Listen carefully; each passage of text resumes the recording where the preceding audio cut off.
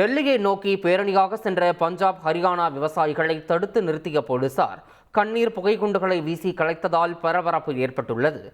வேளாண் விளைபொருட்களுக்கு குறைந்தபட்ச ஆதரவு விலைக்கு உத்தரவாதம் உள்ளிட்ட கோரிக்கைகளை வலியுறுத்தி பஞ்சாப் ஹரியானா விவசாயிகள் டெல்லி சலோ போராட்டத்தை முன்னெடுத்து வருகின்றனர். அதன்படி டெல்லி நோக்கி படையெடுத்துள்ள விவசாயிகளை டெல்லி எல்லையில் உள்ள ஷம்பு பகுதியில் போலீசார் தடுத்து நிறுத்தினர். அப்போது தடுப்புகளை மீறி டெல்லிக்குள் நுழைய விவசாயிகள் முயன்றதால் போலீசார் கண்ணீர் புகைக்குண்டுகளை வீசி கூட்டத்தை கலைத்தனர்.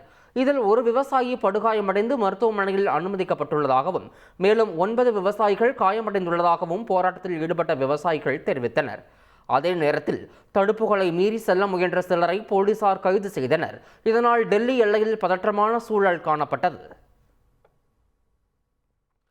போராட்டத்தில் ஈடுபட்டுள்ள விவசாயிகளுடன் பேச்சுவார்த்தை நடத்த மத்திய அரசு தயாராக இருப்பதாக மத்திய அமைச்சர் ஜித்தன் ராம் மஞ்சி தெரிவித்துள்ளார். இந்த போராட்டம் தேவையில்லாதது என்றும் விவசாயிகள் பிரதிநிதிகள் 5 பேர் அரசுடன் பேச்சுவார்த்தை நடத்த வருமாறும் அழைப்பு விடுத்தார்.